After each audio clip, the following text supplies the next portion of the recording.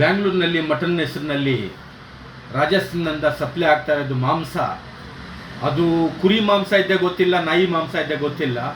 ಅದು ಇಲ್ಲಿ ಬರೋವರೆಗೂ 3-4 ದಿವಸ ಆಗಿಬಿಡುತ್ತೆ. ಆ ಮಾಂಸ ಅವನು ಕುರಿ ಮಾಂಸ ಅಂತ ಹೇಳಿಬಿಟ್ಟು ಅಂಗಡಿಗಳಿನಲ್ಲಿ ಸಪ್ಲೈ ಆಗ್ತಾ ಇದೆ. ಆ ತೀರ್ಮಾನ ಫುಡ್ ಡಿಪಾರ್ಟ್ಮೆಂಟ್ ಮಾಡುತ್ತೆ, ಕುರಿ ಮಾಂಸ ಇದೆ, ನಾಯಿ ಮಾಂಸ ಇದೆ ಅಂತ. ಅದು ಇನ್ನೊಂದು ಫಸ್ಟ್ ಆಫ್ ಆಲ್ ಏನಂದರೆ, ನಮ್ಮ ಮುಸಲ್ಮಾನರಲ್ಲಿ ನಾವು ಬೇರೆ ಹಲಾಲ್ ತಿನ್ನೋದು, ಜುಬಾ ಆಗಬೇಕು, ಬಿಸ್ಮಿಲ್ಲಾ ಆಗಬೇಕು, ಅದೇ ತಿನ್ನೋದು. ಅದು ರಾಜಸ್ಥಾನಲ್ಲಿ ಯಾರು ಗುಜ್ಜರ್ ಕಟ್ ಮಾಡ್ತಾ ಇದ್ದಾರಾ, ಇಲ್ಲಾಂದರೆ ಮಾರಡುಗಲ್ಲಿ ಕಟ್ ಮಾಡ್ತಾ ಇದ್ದಾರಾ, ಯಾರು ಕಟ್ ಮಾಡ್ತಾ ಇದ್ದಾರೆ ಗೊತ್ತಿಲ್ಲ.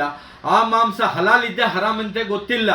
ಆ ಮಾಂಸ ಅವನು ಇಲ್ಲಿ ನಮ್ಮ ಕರ್ನಾಟಕ, ನಾವು ಬ್ಯಾಂಗ್ಳೂರು ಜನಕ್ಕೆ ಅದು ತಿನ್ನಿಸ್ತಾ ಇದ್ದೀರಲ್ಲ, ಅದು ಆರೋಗ್ಯಕ್ಕೆ ತುಂಬ ಕೆಟ್ಟದ್ದು, ಹೆಲ್ತ್ ಪ್ರಾಬ್ಲಮ್ ಬರುತ್ತೆ.